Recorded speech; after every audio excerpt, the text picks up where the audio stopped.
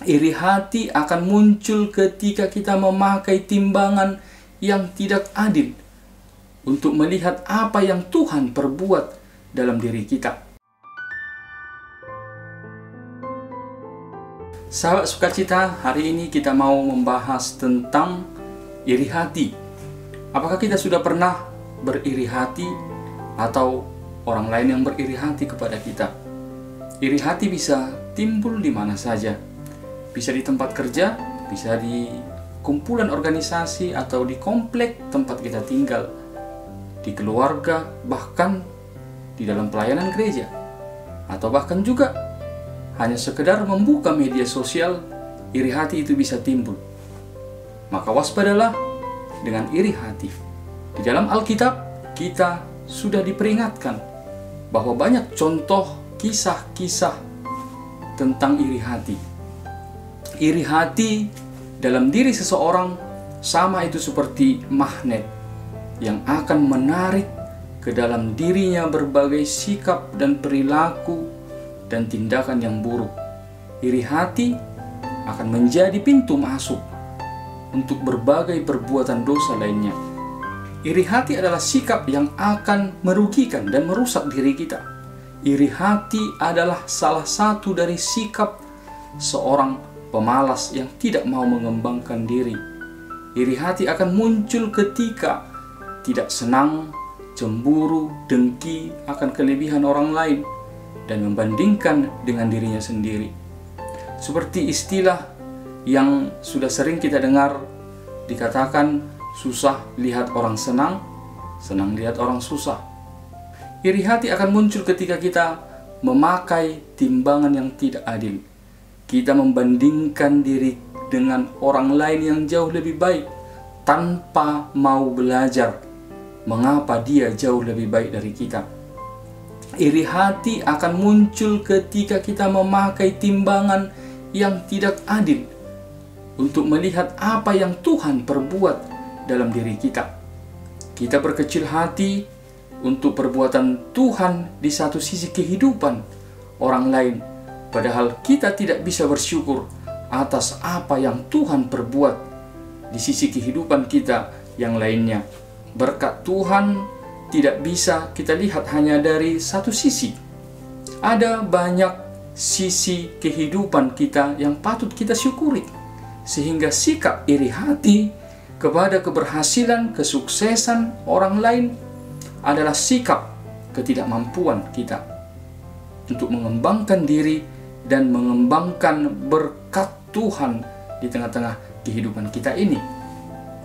Di Yakobus 3 ayat 16 dikatakan di situ, sebab di mana ada iri hati dan mementingkan diri sendiri, di situ ada kekacauan dan segala macam perbuatan jahat. Sahabat sukacita, iri hati akan mencemarkan, akan mengotori, bahkan dapat merusak hati dan pikiran kita. Kita dapat melihat kisah-kisah di dalam Alkitab bagaimana iri hati merusak kehidupan seseorang. Karena iri hati Kain membunuh Habel. Karena iri hati Saul mengejar-ngejar Daud. Karena iri hati Yusuf dibenci dan dijual oleh saudara-saudaranya. Karena iri hati ahli Taurat dan orang-orang Farisi berusaha untuk menangkap dan membunuh Yesus.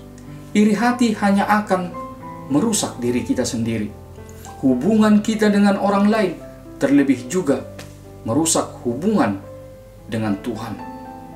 Sahabat sukacita, sekalipun kesuksesan dan keberhasilan orang yang kita lihat itu bukanlah dengan jalan yang benar, jangan pernah sekali-kali kita untuk iri hati kepada mereka. Firman Tuhan berkata di Amsal 3 ayat 31, janganlah iri hati kepada orang yang melakukan kelaliman, dan janganlah memilih satupun dari jalannya. Namun ketika kita mulai melayani iri hati, konsekuensi pertama yang akan kita terima adalah kita sudah mematahkan peluang untuk jauh lebih baik dari orang yang kita irikan itu. Sebenarnya kita jauh lebih baik, kita bisa lebih baik dari mereka. Entah itu dari keberhasilan yang sama seperti dia, atau juga bisa kita meraih keberhasilan dari segi yang lain, kita telah menghambat kebaikan di dalam diri kita, sebab pikiran kita sudah dipenuhi dengan hal yang negatif, kebencian, amarah, kecemasan. Konsekuensi yang kedua juga, ketika kita mulai iri hati, kita tidak hanya merusak diri, tetapi juga mulai membusuk seperti bangkai. Kita mulai menyebarkan kebencian, amarah, kita akan mulai menyebarkan isu yang negatif tentang dia, mengajak orang lain mendukung kebencian kita.